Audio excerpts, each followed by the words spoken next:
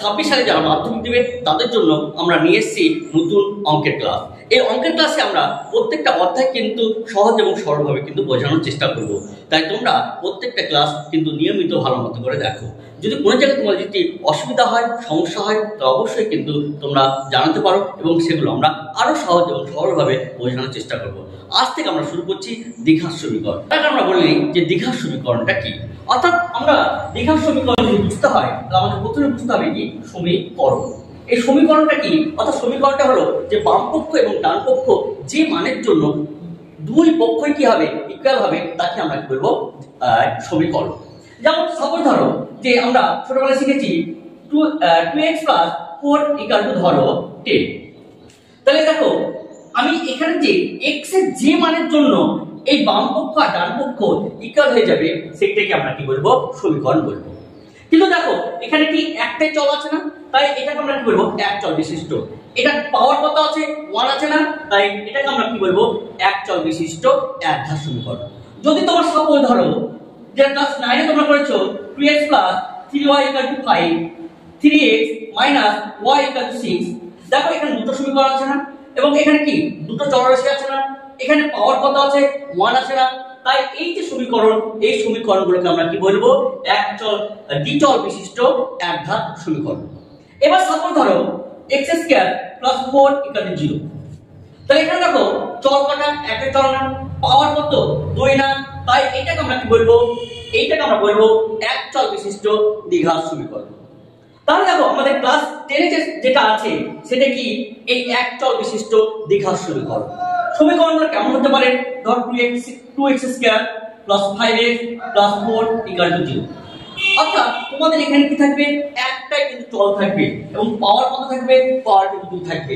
তাহলে এই রকম যদি সমীকরণ হয় এই সমীকরণগুলোকে আমরা কি বলবো এক চল বিশিষ্ট দ্বিঘাত সমীকরণ। এবার দেখো আমাদের যেটা সাধারণ যে ইকুয়েশন যে দ্বিঘাত সমীকরণ এটা কিন্তু তোমাকে একটু মনে রাখতে হবে। অর্থাৎ দ্বিঘাত সমীকরণের যে সাধারণ একটা রূপ সেটা কি ax² + bx + c = 0। এটা হলো দ্বিঘাত সমীকরণের একটা কিন্তু সাধারণ একটা সমীকরণ। তাই তোমাকে এই চ্যাপ্টারের অঙ্ক করতে গেলে তোমাকে এই ফর্মুলাটা কিন্তু মনে রাখতে হবে। এই সঙ্গে সঙ্গে তোমাকে মনে রাখতে হবে যে বীজ, যে এখানে দেখো এক শব্দ পাবা বারবার বীজ। বীজ মানে কি x এর মান। ধরো সাপোজ ধরো 2x + 4 = 10। তাহলে এটাকে আমরা বলতে পারি 2x = 10 - 4। তাহলে 2x = 6। তাহলে x = কত 3 হবে কিনা বলো। তাহলে দেখো এখানে আমরা x এর একটা কি মান পেয়েছি না, তাহলে x এর মান কত 3। তাহলে এটাকে আমরা বলবো কি x এর, এটাকে আমরা কি বলবো বীজ বলবো। এটা হলো x এর বীজ, x এর বীজ কত 3। অর্থাৎ একটা সমীকরণকে যদি আমরা সমাধান করে x এর যে মানগুলো পাবো সেগুলোকে আমরা কি বলবো ওই সমীকরণের বীজ। তাহলে দেখো আমাদের এই যে দ্বিঘাত সমীকরণ এই দ্বিঘাত সমীকরণটা কিন্তু ভালো করে আমাদের বুঝতে হবে। এখানে দেখো তোমাদের একটা অবজেক্টিভ আছে যে এই যে আমরা একটা দ্বিঘাত সমীকরণ লিখলাম যে ax² + bx + c। এইখানে দেখো যদি আমরা এর মানটা 0 হয়ে যায়, যদি এর মান যদি 0 হয়ে যায় তাহলে কিন্তু দেখো এই ইকুয়েশনটা কেমন হবে bx + c = কিন্তু 0 হয়ে যাবে। অর্থাৎ দেখো এই সমীকরণে এই x² এর পদটা কিন্তু নাই, তার মানে এটাকে তুমি আর দ্বিঘাত সমীকরণ বলতে পারবে না। তাহলে আমার যদি ax² + bx + c = 0 হয় তাহলে আমাকে এখানে কি হতে হবে a mod = 0 হতে হবে। তাহলে এর মান কোনো মতে কি 0 হবে না। তাহলে একটা দ্বিঘাত সমীকরণ হওয়ার শর্তটা কি? একটা দ্বিঘাত সমীকরণ হওয়ার শর্ত প্রথম শর্ত যেটা হলো যে a not = 0, অর্থাৎ এর মান 0 হবে না। তোমাদের এইরকম দেখো অবজেক্টিভ বা কিন্তু একটা কিন্তু আছে প্রত্যেকবারে। ধরো 2-3 বছর আগে বা তুমি যদি সালের প্রশ্ন প্রিভিয়াস ইয়ার দেখো তাহলে আমরা দেখবো যে এরকম একটা কিন্তু অঙ্ক এসেছিল a - 2x² + bx + c = 0। অর্থাৎ এর কোন মানের জন্য এটা দ্বিঘাত সমীকরণ হবে না। তাহলে দেখো আমরা জানি যে x² সহগ যদি 0 হয়ে যায় তাহলে এটা কিন্তু দ্বিঘাত সমীকরণ হয় না। অর্থাৎ a - 2 = 0 যদি হয় তাহলে দেখো এই সমীকরণটা কি আর দ্বিঘাত থাকবে না। তার মানে আমরা বলতে পারি যে a = 2, অর্থাৎ এর মান 2 হলে এটা কিন্তু দ্বিঘাত সমীকরণ হবে না। ঠিক আছে। তাহলে এই টাইপের কিন্তু তোমাদের কিন্তু অবজেক্টিভ কিন্তু মনে রাখতে হবে। এই অবজেক্টিভগুলো কিন্তু তোমাদের মাধ্যমিকে এসে থাকে। দিল যে 4x² + 5x + 3 = 0, যে এই সমীকরণে x² সহগ এবং x এর সহগের গুণফল বা যোগফল কত। দেখো সহগ মানে আমাদের প্রথমে বুঝতে হবে যে সহগ জিনিসটা কি, অর্থাৎ সহগ জিনিসটা কি। আমি তোমাদের যদি বলি a b, অর্থাৎ a b দুজন বন্ধু, তাহলে a এর বন্ধু কি হবে, b হবে, আর b এর বন্ধু কি হবে, a হবে। এবার তোমাকে যদি বলি a b c, তাহলে a এর বন্ধুকে bc, b এর বন্ধুকে ac, ঠিক আছে। তাহলে সহগ মানে কি, এই x² এর পাশে যেটা থাকবে বা x² এর যে বন্ধু, সেই বন্ধুটাকে আমরা কি বলতে পারি, সহগ বলতে পারি। তারপর এখানে x এর সহগ কত 5, এখানে কিছু না, মানে কত x² কিন্তু 0 আছে, আর এখানে তাহলে x² 0 সহগ কত 3। তাহলে আমরা বলতে পারি যে x² এর সহগ কত 4, x এর সহগ কত 5 এবং x² 0 সহগ কত 3। তাহলে দেখো এবার তোমাকে কিন্তু এখান থেকে ঘুরিয়ে প্রশ্ন কিন্তু করতে পারে, যে তোমাকে বলতে পারে যে x² 0 সহগ এবং x এর সহগের যোগফল, গুণফল, বিয়োগফল, এই টাইপের প্রশ্ন কিন্তু বা অবজেক্টিভ কিন্তু তোমাদের মাধ্যমে কিন্তু এসে থাকে, এবং বইও দেখবে যে এই টাইপের অবজেক্টিভ কিন্তু তোমাদের কিন্তু দেওয়া আছে। তাই এই টাইপের অবজেক্টিভ কিন্তু তোমরা অবশ্যই কিন্তু তোমাদের কিন্তু করে রাখতে হবে। তাহলে আমাদের প্রথম যে 1.1 এর যে অঙ্কগুলো আছে, এই অঙ্কগুলো কিন্তু এই টাইপের কিন্তু অবজেক্টিভ কিছু আছে যেটা ইম্পর্টেন্ট। সেই ইম্পর্টেন্ট কটা অঙ্ক তোমরা অবশ্যই কিন্তু করে নিও। আমি যে ইম্পর্টেন্ট অঙ্ক সেগুলো কিন্তু একটু বলে দিচ্ছি। তো 4 নম্বর পেজ নাম্বার কত, এই পেজ নাম্বার 4। এই 4 নম্বর পেজে তোমাদের যেটা করতে হবে সেটা দেখো, 3 নম্বর অঙ্কটা অবজেক্টিভের জন্য তোমাদের করতে হবে। 4 এর 1 নম্বর অঙ্কটা তোমাদের যেটা করতে হবে যে 4 এর যে 4 নম্বর অঙ্কটা সেটা কিন্তু করতে হবে। এবার দেখো আমাদের যে অঙ্কগুলো, এই অঙ্কগুলো শুধু বলেছে কিন্তু সমীকরণ গঠন করো, কিন্তু আমাদের শুধু সমীকরণ গঠন করলে কিন্তু হবে না, আমাদের সমাধান কিন্তু করতে হবে। অর্থাৎ পাঁচের দাগের যে অঙ্কগুলো আছে সেগুলো কিন্তু অবশ্যই কিন্তু আমাদের করতে হবে। তাই আমরা আজকে 5-এর 1, 2, 3 এই 3টা অঙ্ক কিন্তু অবশ্যই কিন্তু আমরা এখান থেকে করবো। কারণ এবার দেখো যে 5-এর 1 নম্বর দাগের অঙ্কটা প্রায় এই টাইপের কিন্তু এই অঙ্কটা কিন্তু এবার কিন্তু মাধ্যমিকে এসেছে। তাই প্রত্যেকটা অঙ্ক কিন্তু আপাতত আমাদের কিন্তু করে রাখতে হবে। তাই আমরা শুরু করব 5-এর 1 নম্বর দাগের অঙ্কটা। 1 নম্বর দাগের অঙ্কটা কি বলছে, যে 42 কে এমন দুটি অংশে বিভক্ত করি যাতে এক অংশ অপর অংশের বর্গের সমান হয়। তাহলে কি বলছে, 42 কে দুটো অংশে ভাগ করছে, ভাগ করে কি বলছে, একটা অপরটা কি হবে, বর্গের সমান হবে। তাহলে আমি ধরলাম যে একটি অংশ কত, একটি অংশ x, তার মানে এখানে কাকে ভাগ করছে, এই 42 কে ভাগ করছে। আমি ধরে নিয়েছি কত, একটা x, তাহলে অপরটা কত হবে, এই 42 - x। তাহলে অপর অংশটি কত হবে, অপর অংশটি তাহলে কত হবে, এই 42 - x। এবার দেখো তোমাদের এই শব্দটা ভালো করে বুঝতে হবে যে একটি অপরটির বর্গ, মানে একটি অপরটির বর্গ। এই বর্গ মানে কি, এই বর্গ মানে স্কয়ার করে দেওয়া, এটা বলছে বর্গ। তাহলে বলছে একটা অপরটার কি বর্গ। তাহলে আমরা বলতে পারি যে শর্তানুসারে যে x² সমান কত, এই 42 - x। তাহলে এটা দেখো তোমার কিন্তু সমীকরণ তৈরি হয়ে গেছে। কিন্তু এই সমীকরণটা কিন্তু করলে কিন্তু হবে না, তোমাকে এটা কিন্তু সলভ করতে হবে। কারণ পরীক্ষাতে তোমাকে এই সমীকরণ দিবে না, তোমাকে সলভ করতে দিবে। তাই এটা যদি আমরা সলভ করি তাহলে কত হবে, x² + x - 42 = 0। অর্থাৎ এই পার্টটাকে আমরা কি করলাম, বাম পক্ষে নিয়ে চলে এলাম। কারণ দেখো এটা কি মাইনাস ছিল, এদিকে গেলে প্লাস, এটা কি প্লাস ছিল, এদিকে গেলে কি হবে মাইনাস। এটা যদি আমরা মিডল টার্ম করি তাহলে x², তাহলে 42 কে যদি ভাঙি তাহলে 42 কে ভাঙবো, তাহলে কত 6 আসা, দেখো 7 থেকে 6 বদলে দেখো 1 হবে। আমরা এটা আমরা লিখতে পারি 7x - 6x - 42 = 0। আমরা এখান থেকে x কমন নিই তাহলে x + 7, এখান থেকে যদি 6 কমন নিই তাহলে x + 7 = 0, বা তাহলে x + 7 আর x - 7 = 0। এবার দেখো তোমাকে বুঝতে হবে যে দুটো পদের গুণফল যদি 0 হয় তাহলে আমরা কি বলতে পারি, হয় এটা 0 অথবা এটা 0। তাহলে আমরা কি বলতে পারি, হয় x + 7 = 0 অথবা x - 6 = 0। তাহলে x = -7 আর x = 6। দেখো আমরা কিন্তু এখানে আমরা করতে পারলাম। অর্থাৎ x এর মান -7 এবং x এর মান কত 6। তাহলে আমরা বলতে পারি একটা সংখ্যা যদি, তাহলে কত হবে, একটি অংশ -7 ও অপরটা কত হবে, তাহলে আমি যদি এখানে x এর মান বসিয়ে দিই তাহলে কত হবে, দেখো এটা মাইনাস, তাহলে এটা কত হবে প্লাস, তাহলে কত হবে এই 49। তাহলে এটা কিন্তু একটা একটা পার্ট কিন্তু পেয়ে গেলাম। তো অপর মানটা কত হতে পারে, 6 ধরি, তাহলে একটা 6 আর কত হবে এই 6 দিকে বসে দাও, তাহলে 42 থেকে 6 বাদ দিই তাহলে কত হবে 36। অথবা কত হতে পারে 6 কত, এখানে 6 যদি বসে দিই তাহলে 42 থেকে 6 বাদ দিলে কত 36। তাহলে আমার এটাও অ্যানসার হতে পারে, এটাও অ্যানসার হতে পারে। আশা করি তুমি এই অঙ্কটা বুঝতে পেরেছো। যদি কোনো জায়গায় সমস্যা হয় তাহলে অবশ্যই কিন্তু কমেন্ট বক্সে কমেন্ট করে জানিও। যে 2 নম্বর অঙ্কটা, যে 5-এর 2 নম্বর, 5-এর 2 নম্বরটা কি বলছে, যে দুটি ক্রমিক ধনাত্মক।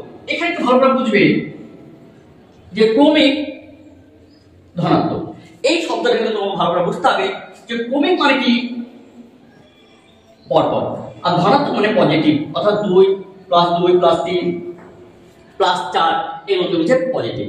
তাহলে কি বলছে ক্রমিক ধনাত্মক, ক্রমিক ধনাত্মক মানে +2 +3 +4 এই +5 এগুলো কি বলছে যে ক্রমিক ধনাত্মক সংখ্যা। তাহলে আমরা ক্রমিক ধনাত্মক সংখ্যা এই শব্দটা তুমি কিন্তু বুঝতে পেরেছো। আমরা যদি x দিয়ে বলি তাহলে x যদি একটা প্রথম ধনাত্মক সংখ্যা হয় তাহলে এর পরের সংখ্যাটা কত হবে x + 1, এর আগেরটা যদি নাও তাহলে কত x - 1, তাহলে এর পরেরটা কত হবে x + 2। অর্থাৎ একটা ঘর থেকে আরেকটা ঘর গেলে তোমাকে এদিক যদি যাও অর্থাৎ ডান দিক দিয়ে যাও তাহলে এক করে বৃদ্ধি পাবে, আর তুমি যদি বাম দিকে আসো তাহলে কি হবে 1 করে বৃদ্ধি থাকবে। তাহলে এটাকে দেখো আমরা কি বলতে পারি, ক্রমিক ধনাত্মক সংখ্যা। শব্দ বলেছে যে ক্রমিক ধনাত্মক অযুগ্ম, তাহলে ক্রমিক ধনাত্মক অযুগ্ম বলেছে, তার মানে কেমন হবে, এটা কি অযুগ্ম, অযুগ্ম মানে বিয়োগ, তাহলে কত হবে 3 5 7, এটাকে আমরা কি বলবো যে ক্রমিক ধনাত্মক অযুগ্ম। দেখো আমরা যদি এখান থেকে 3 থেকে 5 দেখি দেখো এখানে কত 2 1 বৃদ্ধি, এখান থেকে দেখো 2 1 কি হচ্ছে বৃদ্ধি পেয়েছে, অর্থাৎ ক্রমিক অযুগ্ম যদি বলে তাহলে দেখো 2 1 2 1 করে কি করতে হবে বাড়াতে হবে। তাহলে আমরা যদি অযুগ্ম সংখ্যা যদি x হয় তাহলে x এর পরবর্তী অযুগ্ম সংখ্যা কত হবে x + 2, তারপর কত হবে x + কিন্তু 4। তাহলে আমরা x টা কি হচ্ছে x হচ্ছে অযুগ্ম সংখ্যা। তাহলে দেখো এই জায়গাটা তাহলে বুঝতে পারছো যে ক্রমিক ধনাত্মক সংখ্যা কি জিনিস, ক্রমিক ধনাত্মক অযুগ্ম সংখ্যা কি জিনিস। তাহলে এখানে দেখো মনে করেছে যে দুটি ক্রমিক ধনাত্মক অযুগ্ম সংখ্যা, তাহলে ধরি যে অযুগ্ম সংখ্যা কত, অযুগ্ম সংখ্যা কত x, তাহলে ক্রমিক কি বলছে অযুগ্ম সংখ্যা, তাহলে ক্রমিক অযুগ্ম সংখ্যা কত হবে x + 2। ক্লিয়ার, এটা বোঝা গেছে। এবার দেখো এদের গুণফল, তাহলে শর্ত অনুসারে কি বলতে পারি যে এদের যে গুণফল, যে এই প্রথম আর এটা এদের যে গুণফল, তাহলে x * x + 2 সমান কত বলতে পারি 143 কিন্তু আমরা বলতে পারি।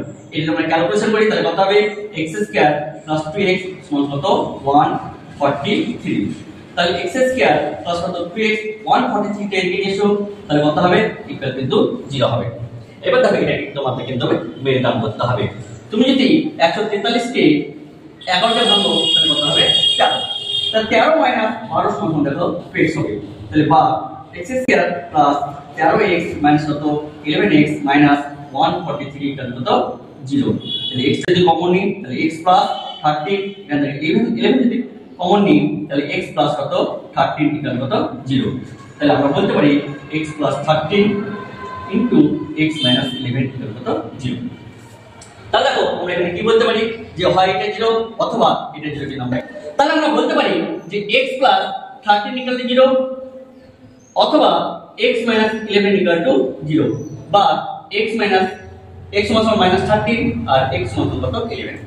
দেখো এই মানটা কি হবে অগ্রাহ্য, এই মানটা কেন নিতে পারবো না, কারণ এই যে মানটা এই মানটা কিন্তু ঋণাত্মক কিন্তু আমাদের বলেছে ধনাত্মক, তাহলে আমাদের কি হবে x এর মান কিন্তু 11 হবে। তাহলে একটা প্রথম অযুগ্ম সংখ্যা কত 11 এবং পরবর্তী যে অযুগ্ম সংখ্যা তাহলে 11 + 2 সমান কত হবে 13। তাহলে আশা করি দেখো এই অঙ্কটা তোমরা কিন্তু বুঝতে পেরেছো। এবার দেখো 5-এর 3 নম্বর অঙ্কটা, 5-এর 3 নম্বর অঙ্কটা কি বলছে যে দুটি ক্রমিক সংখ্যার বর্গের সমষ্টি, দুটি ক্রমিক বর্গের সমষ্টি। তাহলে কি বলছে ক্রমিক এই বর্গের সমষ্টি, এই কথাটা তোমরা বুঝতে হবে। ক্রমিক মানে একটু আগে বলেছিলাম পরপর, তাহলে আমরা যদি 2 হয়, তারপরে সংখ্যা কত 3, তারপরে সংখ্যা কত 4। তাহলে আমি এখানে কি করব, যদি x হয় প্রথম ক্রমিক সংখ্যা, তারপরেরটা কত হবে x প্লাস কিন্তু 1 হবে।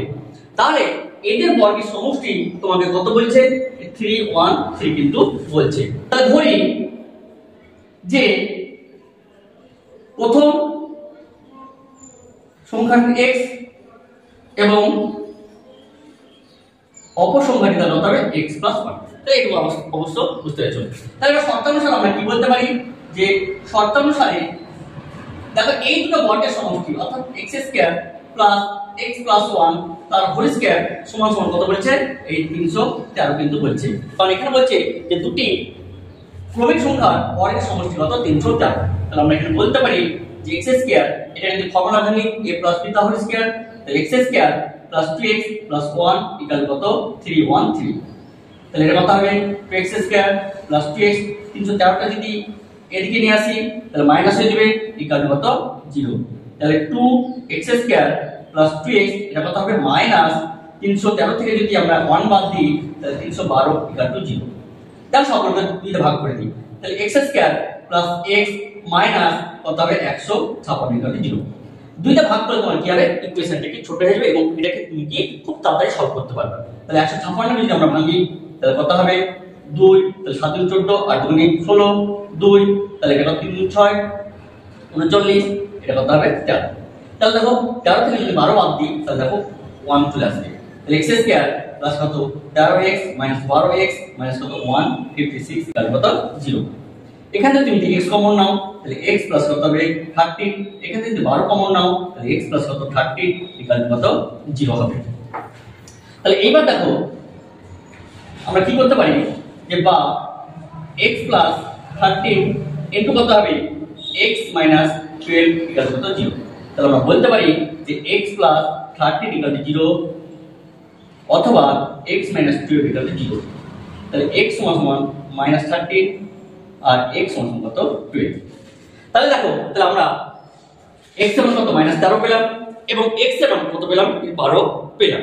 তাহলে দেখো আমাদের দুটোই অ্যানসার কিন্তু হতে পারে, কারণ এখানে তোমাকে ক্রমিক বলেছে কিন্তু ধনাত্মক কিন্তু বা ঋণাত্মক এই টাইপের কিন্তু কোনো শব্দ নাই। তাহলে আমার x এর মান মাইনাস 13 হতে পারে, x এর মান কত হতে পারে 12 হতে পারে। তাহলে দেখো আমরা x এর মান কত হয়েছিলাম, তাহলে দেখো x এর মান তাহলে আমরা কত বলতে পারি, একটা মাইনাস 13 আর একটা কত মাইনাস 12। আমরা যদি 12 ধরি তাহলে কত হবে x এর মান 12 এবং কত 13 হবে। তাহলে দেখো 5 এর এই হলো 3টা অঙ্ক, এই 3টা অঙ্ক কিন্তু তোমাদের একটু তোমরা কিন্তু প্র্যাকটিস করো। যদি ক্লাস বুঝতে অসুবিধা হয় তাহলে অবশ্যই কমেন্ট করে জানাও, আর এই ক্লাসটা কেমন লাগলো তাহলে কমেন্ট বক্সে অবশ্যই কিন্তু তার ফিডব্যাক অবশ্যই দিও। তাহলে আজকের ভিডিওটা এই পর্যন্ত, এরপরে ভিডিওতে আবার তোমার সাথে দেখা হবে। ধন্যবাদ।